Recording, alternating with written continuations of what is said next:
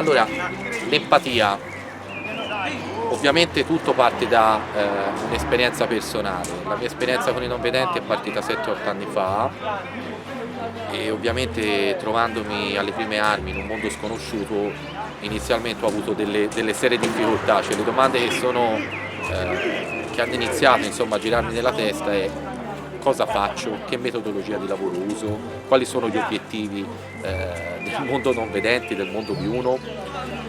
Quindi per provare in qualche maniera a dare una risposta a tutto questo mi sono bendato,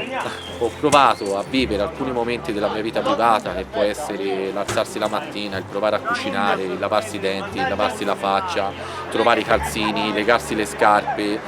Ho provato a vivere le mie esperienze da non vedenti e poi ho provato anche a riportarle sul campo, sia da un punto di vista di dominio della palla, sia da un punto di vista di tirare in porta, sia da un punto di vista di spostarmi all'interno di uno spazio e passarmi il pallone con un'altra persona che non vedo. Quindi cos'è fondamentale? È fondamentale in qualche maniera provare a provare l'esperienza di non vedere. Ovviamente non è che ti dà tutte le risposte del caso, non è che ti trova tutte le soluzioni del caso, però sicuramente è già un passo per un operatore, per una persona che si vuole avvicinare al mondo dei non vedenti, di iniziare un pochettino a capire come pensa il non vedente. Ovviamente ci sono dei ruoli, perché qui si parla di guida d'attacco, guida di difesa e guida di centrocampo, quindi dal mio punto di vista, dalla mia esperienza personale, se dovessi fare una classifica di chi per primo si dovrebbe bendare e vivere l'esperienza del non vedente, è proprio il portiere,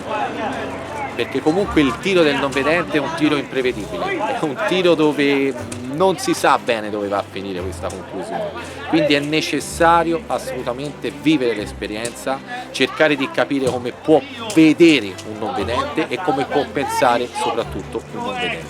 quindi l'empatia non può mancare dal mio punto di vista.